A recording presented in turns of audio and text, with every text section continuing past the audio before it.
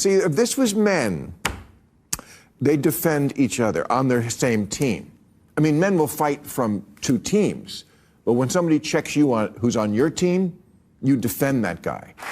Now, there's also a racial element to this. We can't deny that. I'll just say it's not always racism when a white person succeeds. Okay.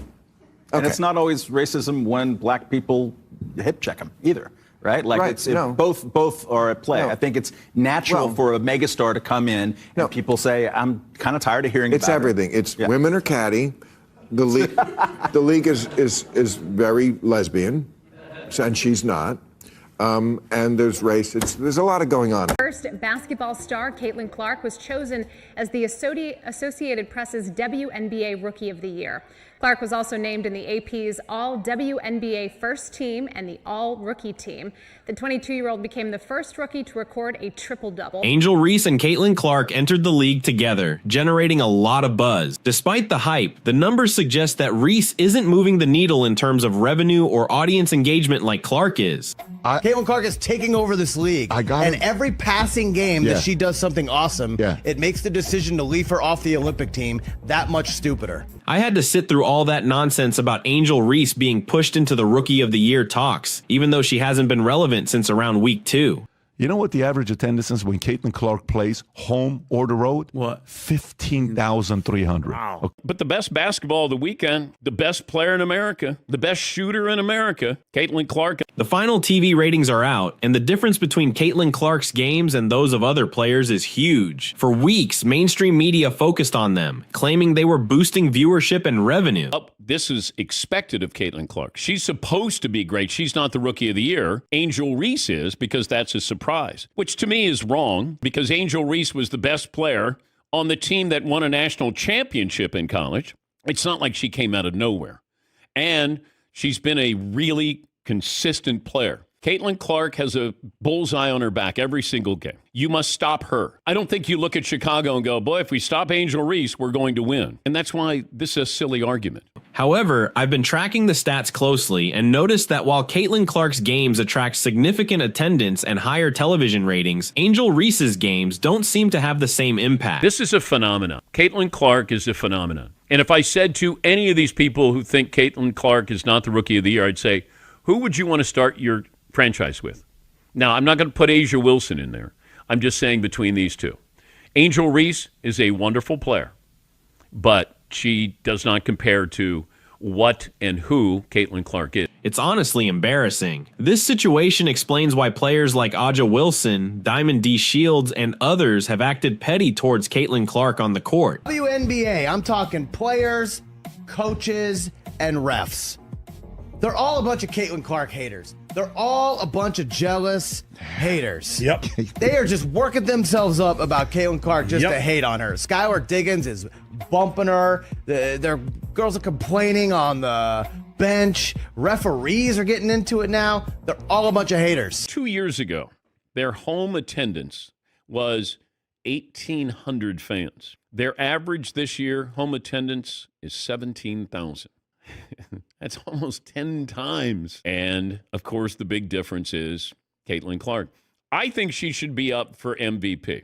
Rookie of the Year, foregone conclusion. They've let their jealousy show, trying to undermine her instead of celebrating her success. And just for the record, Caitlin isn't much of a defender either. Though she can and she will steal the basketball. She's 15th in the WNBA in steals. Pretty good. Let's be honest here. The league has been ignoring the reality. If Caitlin Clark isn't playing, hardly anyone is paying attention. She is starting to push A'ja as the best player in the league because I don't see anybody control a game the way Caitlin can. This just proves my point. NBA player DeJounte Murray, now with the Pelicans, recently mocked Cheryl Swoops for saying Caitlin Clark isn't dominant. Some of the records she's broken are almost laughable given the criticism she faces. I'm sorry.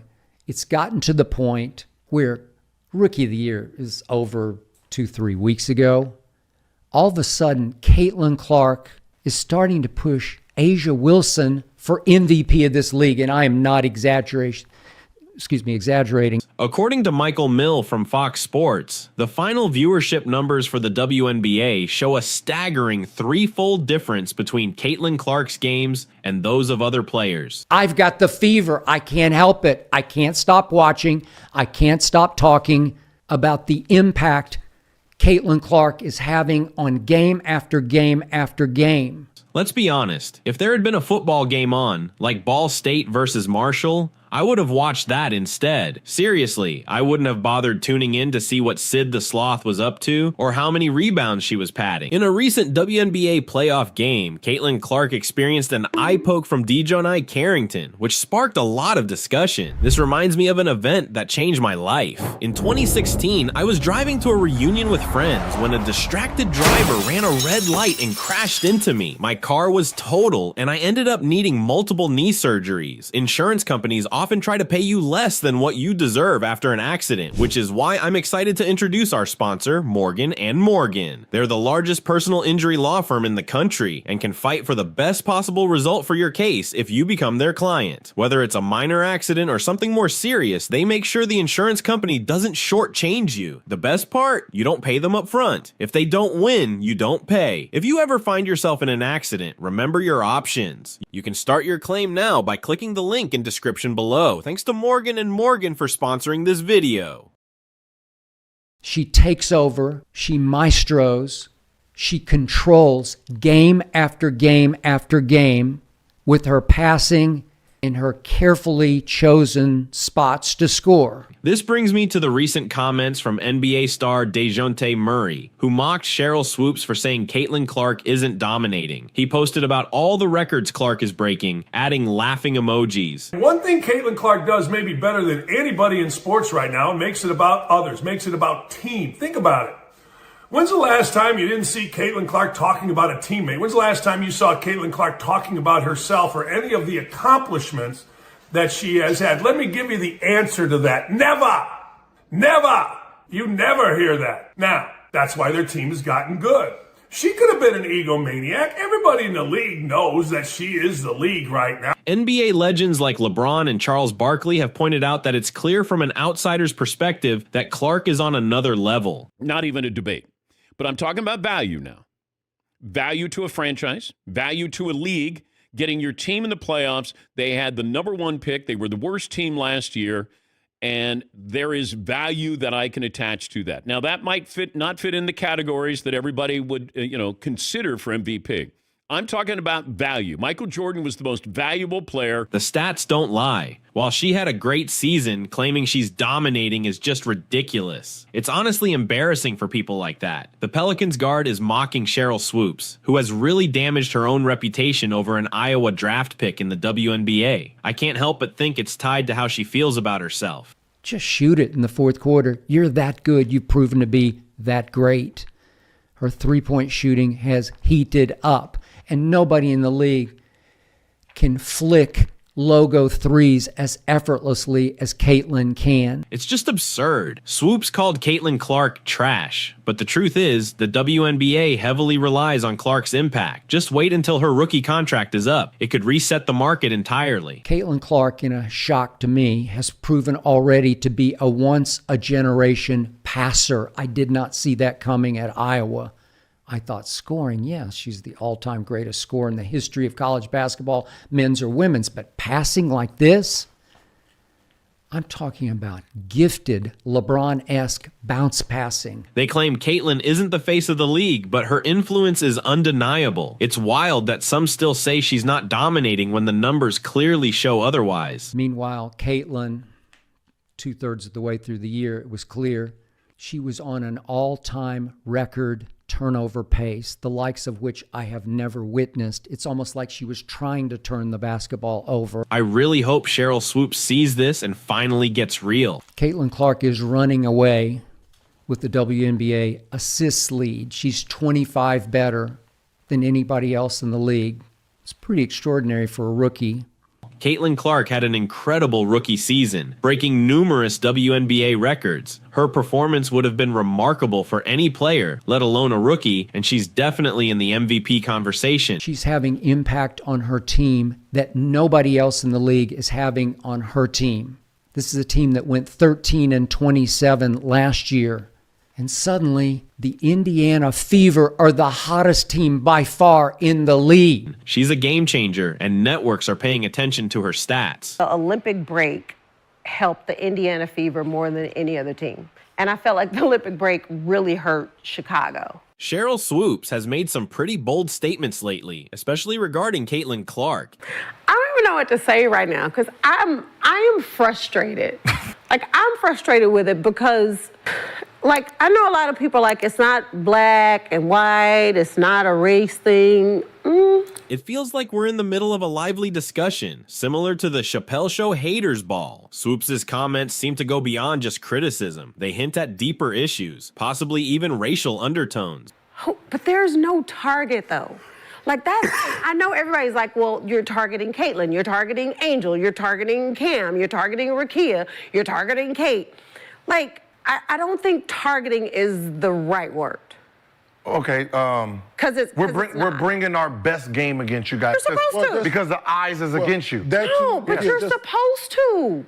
Many people are starting to doubt Swoops' credibility after she claimed that black individuals can't be racist, which has led to a lot of backlash.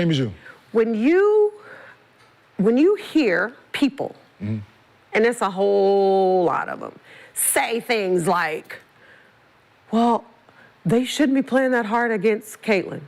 What? They ain't never played. No, let me finish. Not that part. But let me finish. Because that has been said. Yeah. They should be grateful. They should be thankful. They shouldn't go hard against her. Bullshit. Yeah. This raises questions about her objectivity and reputation. It seems her remarks about Clark aren't solely about basketball. They might also reveal personal biases that overshadow any legitimate points she might have. Even if it's a player from overseas, whoever, when they come into the league and you're looking at them like, oh, well, that's a rookie, so let him or her just do what they want to do because they're a rookie. And when you start talking about being a villain or being targeted, it was an uproar and outrage when Kennedy Carter hip-checked Caitlin. Was that a basketball play? Absolutely not. Was Kennedy wrong? 100%. As this debate continues, the relationship between seasoned players like Swoops and emerging stars like Clark is becoming more complicated, with accusations of jealousy and resentment complicating the conversation around women's basketball. But it was everywhere for a whole week. That's what people wanted to talk about. Black, white, brown, male, female. When Alyssa Thomas clotheslined Angel and took her out, she didn't take her out, but you know what I mean. That was worse than what Kennedy did. Facts. But where was the uproar? Where was the uproar? I didn't see it on SportsCenter. I didn't see Stephen A. talking about it. Nowhere. Caitlin Clark has had an outstanding rookie season, achieving incredible milestones. One's a villain. Who? The one who says she's a villain. If Draymond gets clotheslined. Well, I didn't hear her say she's a villain when she came to the league. I heard her say that when she was in college. No, you're talking about Angel.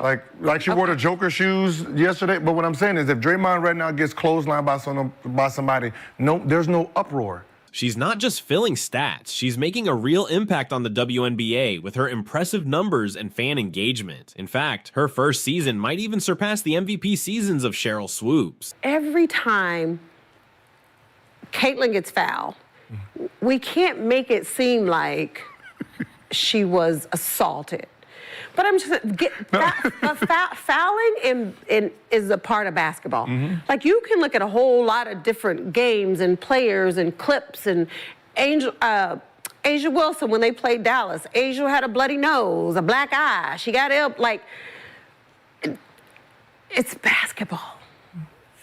When you look at Clark's averages, 19.5 points, 5.7 rebounds, and 8.4 assists per game, it's clear she's making her mark on the court. It's remarkable how much she has accomplished in such a short time, especially considering the record she's breaking and the excitement she's generating in the league. As we discuss this topic, it's important to recognize just how impressive Clark's performance has been this year. Angel talk about it. You hear Caitlin talk about it. Both of them were like, Angel's like, listen, I'm gonna always go for the ball. I agree with you. She's not a dirty player. And Caitlin says it was a basketball play. But then you go to social media and immediately, oh my goodness, she's trying to take her out. She should be suspended. And who are you? And what did you do? Cheryl Swoops has really stirred the pot with her recent comments about Caitlin Clark. It seems she's putting her reputation at risk by insisting that Clark isn't dominating the game. Like a Stephen A. Smith. It was that important to you to run the Kennedy Carter hip check, right? That was everywhere. But yet, you didn't even discuss what Alyssa Thomas did to Angel Reese. Swoops, a 3-time MVP and 4-time champion, seems off base in her assessment of Clark. A recent analysis even had to adjust Clark's stats to find a comparable season from the past, ultimately pointing to Candace Parker's 2015 season as the closest match, highlighting just how impressive Clark's rookie year has been. Anytime a basketball play happens towards Caitlin, it's because players are envious, they're targeting her, they're jealous, they're haters, they're racist. I keep going on and on. Mm-hmm. So why isn't that the narrative when something happens to Angel like that? Currently, Clark's averages of 19.5 points, 5.7 rebounds, and 8.4 assists per game are remarkable for a rookie. This situation underscores a gap between past legends and the emerging talent in women's basketball. It's the villain. I'm a dog. You can't teach that. I'm going to go out and do whatever it takes to win, and every single night. My teammates rely on my energy. So being able to continue the energy, even if we're down, even if we're up, that's what I do. It's surprising to see Swoops reacting this way to Clark's success. She appears unable to embrace the spotlight on Clark, which is unfortunate given how deserving Clark is of serious MVP consideration. I'm sorry. It's gotten to the point where Rookie of the Year is over 2-3 weeks ago. All of a sudden, Caitlin Clark is starting to push A'ja Wilson for MVP of this league, and I am not exaggerating. Swoops might have some bias against Clark, possibly because Clark brings a new energy to the league that Swoops didn't experience during her time. Honestly, I think work really hard, have dreams, chase them, but also there's going to be moments that are really hard and there's going to be moments that are great. That's what every single person goes through in their life, whether you want to be a professional athlete, whatever you want to do, there's going to be moments of hardship and then a lot of amazing moments, but that's what makes the moments of really great time. This was just her first year, and she could easily play for another 12 to 15 years. Her impact is huge. She's a big reason the league is making $260 million a year now, compared to just $60 million on the previous TV deal. It's wild to think about the viewership differences, 3 times the amount. I mean, 190% seems off. Wouldn't that be closer to 300%? I'm not a math expert, but I know it's a huge gap, like comparing 1.2 to 400,000. Honestly, many sports pull in more viewers than just 400,000. Angel Reese recently commented on the behavior of some Caitlin Clark fans, calling it ugly. Meanwhile, it seems Chicago Sky fans have also been harsh towards their own players this season. I believe the league is seeing a significant increase in new viewers, with some games attracting 4 to 6 times the usual audience. This surge has led to a lot more social media activity, along with some extreme fan reactions. We have a nearly 4-minute video that highlights these issues, and it's quite eye-opening. Dana Evans and Isabel Harrison recently spoke out about the harsh treatment they received from fans, and it raises questions about who these so-called new Chicago Sky fans really are. With the arrival of new players, it's unclear if these fans are genuinely supportive or just jumping on the bandwagon. I doubt it was Leticia Amihire's fans causing any issues, as I actually like her. It makes me wonder whose fans were really behind the negativity towards Evans and Harrison. Honestly, I've been thinking about this team, and I need to be straightforward. If Angel Reese hadn't been on the roster and they had drafted Camila Cardoso while keeping Marina Mabrey, I believe this team would still be in the playoffs. Cardoso has the potential to be a dominant big who can grab rebounds and shoot efficiently. She shot over 50% and even had 5 blocks against the Aces. Her presence would have made a significant difference. Instead, this team fell short and seemed to get worse as the season progressed. I've got to be honest about this situation. It surprised me to see how petty Angel Reese and the Chicago Sky organization have become. I noticed that the Clark Report, which focuses on Caitlin Clark, has been blocked by both Angel Reese and the Sky. It makes you wonder about these new fans of the Sky, Who exactly are they? With 2 new players on the team, I doubt it's Cardoso's fans causing any issues. It seems like a small fan account is getting caught up in this drama, and it's just disappointing to see. I have to be honest, I checked this morning to see if Angel Reese had blocked me, but not yet, though I'm sure it's coming. It's wild that she and the Chicago Sky organization are blocking social media accounts that actually engage fans and shine a light on the league. I mean, come on. If I were in their position, I wouldn't care what people say online. Being online comes with the territory, and I've dealt with my share of negativity, including death threats during my political videos. It's strange to see Chicago Sky players upset about their own fans, not just Caitlin Clark supporters. Isabel Harrison even got emotional during an interview. And let's be real, she's a natural beauty, just like Angel Reese. This narrative we've been fed doesn't match what we're seeing now.